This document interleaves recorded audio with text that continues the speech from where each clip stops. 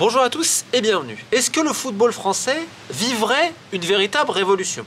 C'est une question qui peut se poser suite à la conférence de presse de Philippe Diallo, le président de la Fédération française de football, ce lundi, où il a notamment annoncé que pour l'horizon 2026-2027, il serait temps d'arrêter la Ligue de football professionnel en l'état, c'est-à-dire qu'il faudrait créer une société commerciale, ce ne serait donc plus une association de loi 1901, et elle ne serait non plus dirigée par un président, sous-entendu plus par Vincent Labrune, mais par un directeur général choisi et rémunéré. Cela fait évidemment grand bruit puisqu'il y a d'autres annonces de mesures. Cela fait suite à des groupes de travail qui ont été établis ces derniers mois. On a sollicité visiblement plein de personnes et donc le président de la FFF a tenu cette conférence de presse assez surréaliste. On avait tout le gratin du football français, les médias. Sur l'estrade également à Vincent Labrune, très silencieux, qui s'en est allé, le téléphone vissé à l'oreille, bien esselé. Depuis, il y a beaucoup de choses qui sortent dans la presse. Là, on parle d'un play-off potentiellement pour le titre. Enfin, il y a un peu et même beaucoup de n'importe quoi. Mais on va analyser ce qui pourrait être en effet une révolution dans cet épisode 428, saison 9 de la guerre en coulisses du football français. Bon, avant toute chose, il était quand même nécessaire qu'une personne puisse essayer de s'interposer pour stopper un petit peu la folie ambiante. Parce qu'on le rappelle, mais depuis des années, c'est pas qu'on va dans le mur, c'est pire que ça. Et là, on le voit avec évidemment ce choc des droits de TV, mais pas que. La gestion des clubs, l'argent de CVC, enfin, il y aura énormément de choses à dire, également sur la gouvernance, la gestion, et surtout, pourquoi telle personne est élue, quel service on peut se rendre, les autres qui cessent, enfin bref. Vous connaissez l'omerta, elle est dénoncée maintenant depuis des années. Or, on le rappelle, la Ligue de football professionnel, qui aujourd'hui cible quand même de quasiment toutes les critiques, et même d'un certain désamour, je pense, de beaucoup de supporters de clubs, faut jamais oublier qu'elle est en dessous, littéralement, de la Fédération française de football, qui donne un pouvoir de délégation à la LFP, et qui pourrait, pourquoi pas, un jour l'enlever. Donc on rappelle que la Fédé est au-dessus. Or, la Fédération française de football est elle-même victime d'un affaiblissement global depuis des années et des années, avec, in fine, l'élection de Diallo, qui est déjà limite contestée dans son COMEX, il y a beaucoup d'incompréhension. Parce que globalement, Diallo gère un peu en cavalier seul la fédération avec notamment Monsieur Villotte, mais ça on pourrait y revenir dans une autre vidéo. Mais surtout, on disait, mais est-ce que Diallo, à un moment donné, il va pas s'imposer comme le patron? Parce qu'au bout d'un moment, il a quasiment rien dit, et on remarque que le système fédéral n'a pas changé réellement depuis l'ère Le Graët et Ardouin. Donc on a un système putride qui est toujours en place, avec des gens qui mènent le double jeu, et on a une fédé globalement assez absente, mais qui se vantait de son contrat avec Nike. Bon, elle s'en vantait, mais elle aimerait bien une petite avance quand même pour son budget. Mais dans tous les cas, c'était la seule qui globalement ça allait, et on ne parlait pas de ces couacs, hein. Rappelez-vous ce qui se passait pour les diffuseurs des championnats nationaux, hein, que la Fédé avait généré, ça a tenu un peu plus d'un an, boum, merci, bonne nuit. En fait, ce que DAZN et Mediapro, il y a eu avec la LFP, et ben la fédération a eu pareil avec son diffuseur pour les championnats nationaux, ce qui fait qu'aujourd'hui, ce n'est plus visible. Enfin, honnêtement, il y a beaucoup à redire, notamment sur le football amateur et plus bas. Sauf que là, Diallo, donc, qui était, comme je vous dis, un petit peu contesté, on disait est-ce que c'est vraiment le patron et tout, et ben là, pour une fois, il s'est imposé. Et ce qui est très étonnant, c'est que beaucoup le considère comme une anguille, c'est-à-dire un homme très politique, issu quelque part du système Le Graët, parce que même s'il était en dehors, à un moment donné, il est au chômage, et c'est Le Graët qui va le faire revenir. Et donc, vous savez, vous connaissez la suite. Il a eu de ses alliés de circonstance, l'ancien ministre des Sports, Amélie Oudéa-Castéra et Vincent Labrune. Il en a profité quelque part pour récupérer le poste. Tout le monde ne va pas y arriver. Finalement, bon, une élection très compliquée, ça a été très serré contre Pierre Samsonov. Ça, on avait fait des vidéos sur le sujet. Et donc, après Le Graët, il pourrait avoir aussi la tête de Vincent Labrune. Ce à quoi un dirigeant du football français m'a dit « pas mal quand même pour une petite anguille ». En effet, pas mal pour Philippe Diallo. Alors certains vont dire qu'il est très opportuniste, très politique. Dans tous les cas, il est nécessaire de faire des réformes que la LFP a été incapable, que les clubs pro ont été incapables. Et en tant que président de la Fédération française de foot, c'est à lui. Maintenant, on va quand même mettre un bémol. Quid des réformes annoncées? Donc bien évidemment, la mesure phare concerne la LFP qui changerait complètement de statut. Et en fait, tout cela s'accompagne d'une proposition de loi qui va être présentée cet été par 2 sénateurs qui avaient travaillé notamment sur la financiarisation du football et qui avaient sorti un rapport au vitriol, notamment sur la gestion de la LFP, de Vincent Labrune, des conflits d'intérêts et tout. Et donc en fait, c'est en soutien. Et donc tout ça est corrélé. C'est pour ça qu'en fait, Diallo explique qu'il faudra une action politique. Ce qui est très intéressant, c'est que cette loi qui évolue vis-à-vis de la gouvernance sportive, la LFP et toutes les autres ligues en France, c'est non, non, non, ça va pas. Bah oui, parce que ça peut casser certains privilèges et un mode de gouvernance complètement obsolète et antidémocratique. Alors, à partir de là, on a une fédération française qui s'inscrit politiquement dans ce que veulent ces 2 sénateurs, mais qui compte également sur le soutien de Marie Barsac, une ancienne de la Fédération française de football, qui est aujourd'hui ministre des Sports. Philippe Diallo, sans ce soutien politique, ne serait pas allé au front comme cela.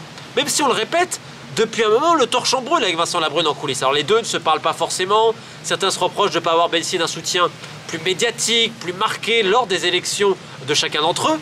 Donc globalement, il y a des petites tensions. Et on le sait depuis un moment, Diallo avait quand même dit 2-3 choses, mais il s'était quand même couché il y a quelques mois lors de la réélection de Vincent Labrune. Il ne faut quand même pas l'oublier non plus.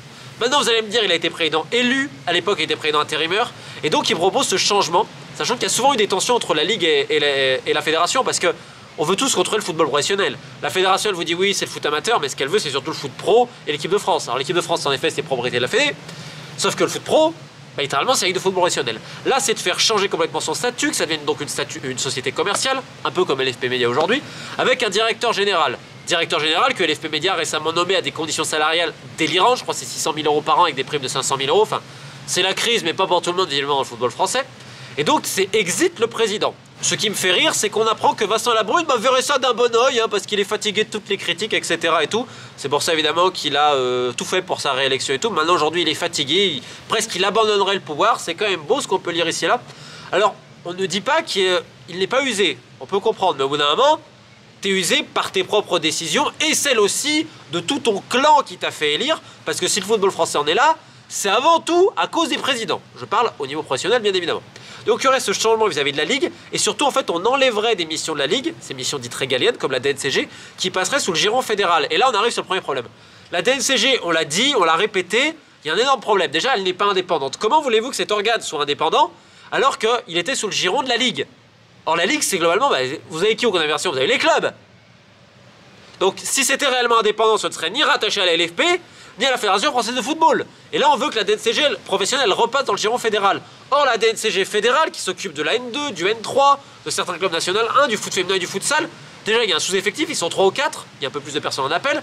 Elle se fait aussi berner par des faux documents, et elle a énormément de soucis.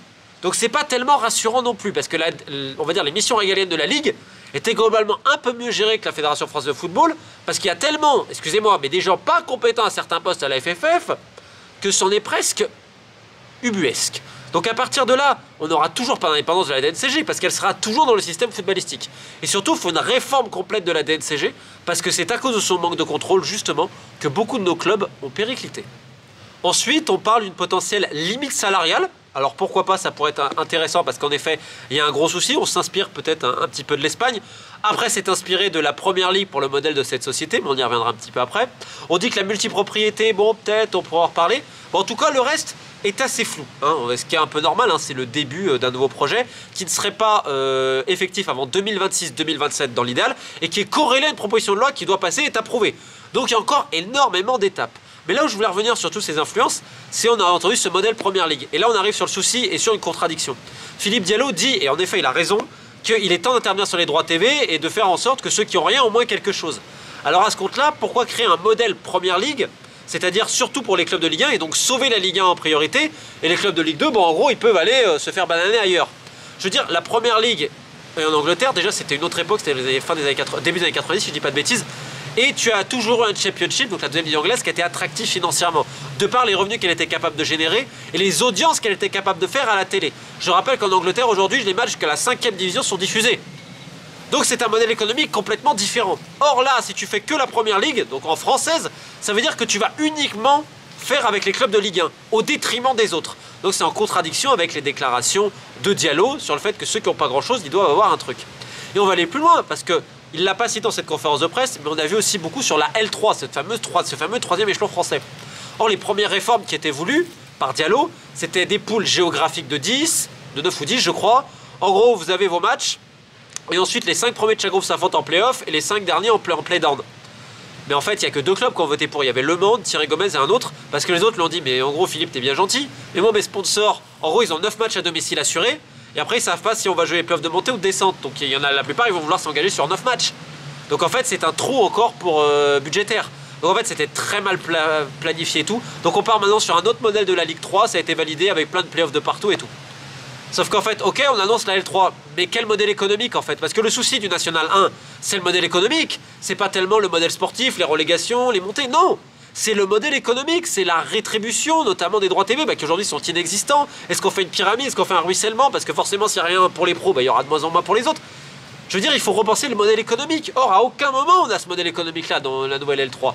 Donc c'est beaucoup d'effets d'annonce, beaucoup de communication, pour au final pas beaucoup de concret, comme la plupart des mesures qui ont été annoncées pour le moment. Néanmoins, il faut saluer quand même l'initiative de Philippe Diallo, qui a eu le courage quand même d'affronter un système putride qui a marché sur tout le monde depuis maintenant très longtemps. C'est vrai qu'il y avait aussi ce message, parce que Diallo, là quand même un petit peu mauvaise de savoir que certains clubs de Ligue 1 professionnels qui lui avaient assuré son soutien ne l'avaient pas forcément suivi lors des élections de la Fédération française de football. Donc il y a tous ces jeux en coulisses. Le problème, c'est d'aller au bout des choses, notamment de la DNCG, notamment aussi de toutes ces logiques de transfert, de la multipropriété, des différents modèles économiques, et surtout d'apaiser et de permettre que les relations soient enfin pacifiées entre certains diffuseurs et entre la Ligue, les clubs, bref, dans l'ensemble des acteurs du football français. Est-ce que Philippe Diallo en sera capable, sachant qu'il est lui-même un peu contesté dans son COMEX, on lui reproche de faire un petit peu cavalier seul, notamment avec Monsieur Villotte. Ça, c'est une autre interrogation. Ça, c'est une autre interrogation, un petit peu comme le vent qui est en train de souffler de partout ici, parce que je pense que j'en ai assez dit. Mais ça vous permet de saisir les enjeux et les intérêts qu'il y a derrière cette conférence de presse et ce potentiel revirement de situation, cette potentielle révolution dans les instances du football français. Je le répète, tout ça est corrélé à un projet de loi, il faudra encore beaucoup d'étapes. Et dans ces étapes, je pense que début juillet, un livre va sortir, que je suis un petit peu en train de terminer, qui montrera pourquoi on est arrivé ici avec des pistes de réflexion et surtout de solutions pour endiguer cela, de choses d'ailleurs qui ne sont pas encore sorties. Mais ça, on aura le temps d'en reparler. Et sur ce, je vous dis keep the faith.